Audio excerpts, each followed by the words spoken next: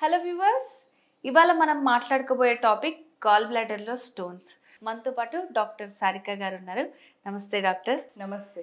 Doctor గారు, చాలా మందికి అవేర్నెస్ ఉండకపోవచ్చు అసలు గాల్ బ్లాడర్లో స్టోన్స్ అనేవి ఎందుకు వస్తాయని. సో రకరకాల ప్రాబ్లమ్స్ అనుకుంటారు. సో డైరెక్ట్గా మనం స్టోన్స్ గురించి కాకుండా నార్మల్గా గాల్ బ్లాడర్లో అసలు ఎలాంటి ప్రాబ్లమ్స్ వస్తాయో చెప్తారా? సో ఎక్కువ కాలంగా బాధపడుతున్న సమస్య, కొంతకాలంగా దీని గురించి విసిగిపోయి ఎక్కడ ట్రీట్మెంట్స్ దొరక్క వెంటనే పెయిన్ రాగానే సర్జరీస్కి వెళ్ళిపోయే ఒక కండిషన్లో గాల్ బ్లాడర్ స్టోన్స్ అనేది ముఖ్యంగా ఈ వ్యాధిని చెప్పుకోవచ్చు మనం. సో ఇక్కడ మనం చూసేది ఏంటంటే, ప్రతి ఒక్క గాల్ బ్లాడర్ స్టోన్స్ని మనం సర్జికల్ స్టేజ్ వరకు కూడా మనం ఆలోచించాల్సిన అవసరం లేదు. There are definitely treatment patterns for this. So దీనికంటే ముందుగా మనం అసలు ఈ గాల్ బ్లాడర్ స్టోన్స్ గురించి మనం చూసినట్లయితే, గాల్ బ్లాడర్ అనేది ఒక పిత్తాశయం మన లివర్ వెనకాల ఉంటుంది. దాని ఫంక్షన్ ఏంటి అని అంటే, మనకి రైట్ సైడ్ రిబ్స్ కింద ఉంటుంది, లివర్కు బ్యాక్ సైడ్ ఉంటుంది. సో చిన్న పౌచ్ లాగా ఉంటుంది అనమాట. బ్లాడర్ అంటే in the sense pouch. So ఇదేం చేస్తుందంటే, దీని ఫంక్షన్ వచ్చేసరికి మనం తీసుకునే ఆహారంలో ఎక్కడైతే కొవ్వు నిలువలు ఎక్కువగా ఉంటాయో, కొవ్వు శాతం ఎక్కువగా ఉంటుందో, సో అది డిజాల్వ్ అయిన తర్వాతనే మనకి మెటబాలిజంకి యూజ్ అవుతుంది. ఫ్యాట్ ఈస్ వెరీ ఇంపార్టెంట్ మన బాడీలో. సో ఎప్పుడైతే ఈ బైల్ అనేది సెక్రెట్ అవుతుందో, అదొక కాన్సన్ట్రేటెడ్ లిక్విడ్గా ఉంటుంది అనమాట. అది రిలీజ్ అయ్యి ఫ్యాట్స్ని చిన్న చిన్న పార్టికల్స్గా చేసి అది మన యొక్క నెక్స్ట్ సర్క్యులేటరీ సిస్టమ్కి అది సెండ్ చేస్తుంది. ఈ బైల్ అనేది సరిపోకపోవడం వల్ల కూడా ఈ బైల్ స్టోన్స్ అంటే చిక్కగా అయిపోతుంది బైల్. సో చిక్కగా అయిపోయి అది స్టోన్స్ కింద ఫామ్ అవుతుంది, పైలప్. చిన్న చిన్న చిన్న చిన్న స్టోన్స్గా ఉంటుంది. తర్వాత అవన్నీ కూడా అతుక్కొని ఒక పెద్ద ముద్దలాగా కూడా తయారవుతూ ఉంటాయి.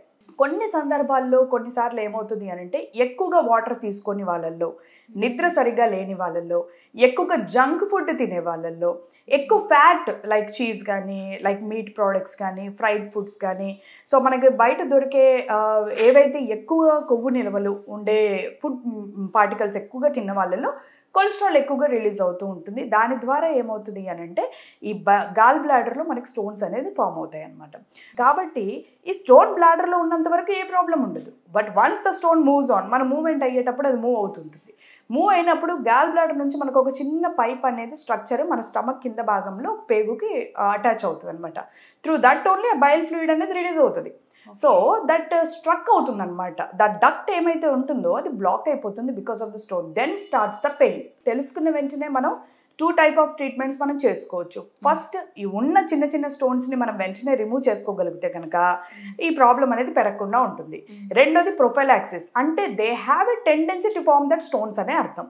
So then metabolism is not quite active. అంటే ఏదైతే కొలెస్ట్రాల్ మెటబాలిజం ఉంటుందో, that was fat metabolism, it is not quite good అనమాట. బ్యాలెన్స్డ్ స్టేట్లో లేకపోయినప్పుడు కూడా ఇలా ఉంటుంది. సో ఈ ఉమెన్ ఎవరైతే ఉన్నారో, whosoever having gall bladder stones, so వీళ్ళు ఎక్కువగా హైడ్రేషన్ తీసుకుంటూ, మంచి స్లీప్ మెయింటైన్ చేస్తూ, ఎక్కువ రిచ్ ఫైబర్ ఫుడ్ తీసుకోవాలన్నమాట. ద ప్రివెంటివ్ ఆస్పెక్ట్ ఈజ్ ఎక్కువ ఫైబర్ తీసుకోవాలి, ఫ్యాట్ కంటెంట్ అనేది తగ్గించుకుంటూ రావాలి, ఫాస్టింగ్స్ అనేది చేయకూడదు. ఒబేసిటీలో ఉన్నా కూడా ఒక బ్యాలెన్స్డ్ డైట్ మోడ్లో అనేది ఉండాలి వాళ్ళు. స్కిప్పింగ్ మీల్స్ అనేది ఉండకూడదు అనమాట. ఎప్పుడైతే మనకి గాల్ బ్లాడర్ స్టోన్ ఉంటుందో, అది సెప్సిస్ స్టేజ్లోకి వెళ్ళి అది కుళ్ళిపోవడం కూడా అవుతుంది అనమాట. సో అట్లాంటప్పుడు విపరీతమైన వాంతులు ఉంటాయి, భయంకరమైన పెయిన్, ఫ్రంట్ నుంచి బ్యాక్ వెళ్తూ ఉంటుంది పెయిన్ అనేది.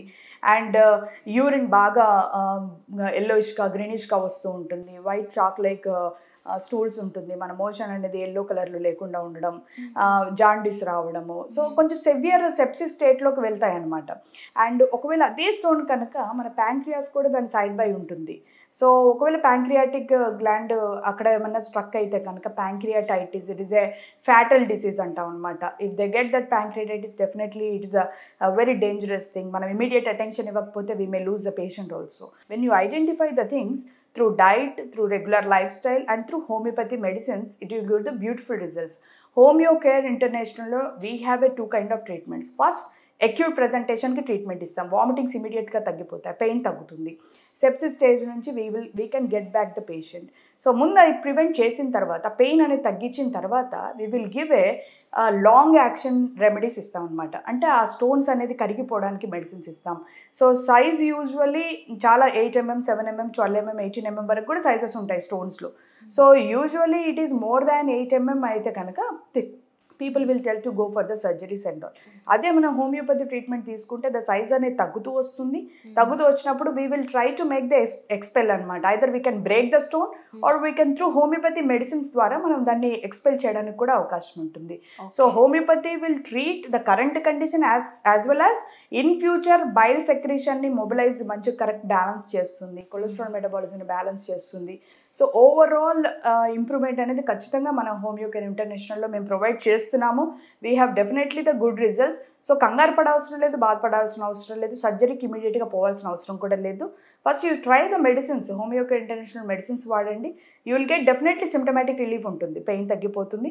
So you will feel better and మీ డైజెషన్ కూడా ఇంప్రూవ్ అవుతుంది. ఏదైతే వీళ్ళకి బ్లోటింగ్, కడుపు ఉబ్బరంగా ఉంటుంది, వాంతి వచ్చినట్టుగా ఉంటుంది, ఏ తినాలనిపించదు, తిన్నా కూడా వెంటనే వాంతులు, కొంతమందికి వాటర్ వామిటింగ్స్ ఉంటాయి, కొంతమందికి solid even food also immediately అయిపోతూ ఉంటుంది అనమాట. So definitely we can do the good results we can get through homeo Care international. So అంటే చాలా మందికి ఉంటది అనమాట అపోహ, ఇంత పెయిన్ వస్తుంది వెంటనే సర్జరీకి వెళ్ళిపోవాలి, హోమియోపతి వాడితే మనకి ఏంటంటే చాలా లేట్ రిజల్ట్స్ ఉంటాయని. సో వాటన్నిటి గురించి కూడా చాలా క్లారిటీ ఇచ్చారు madam. Thank you so much.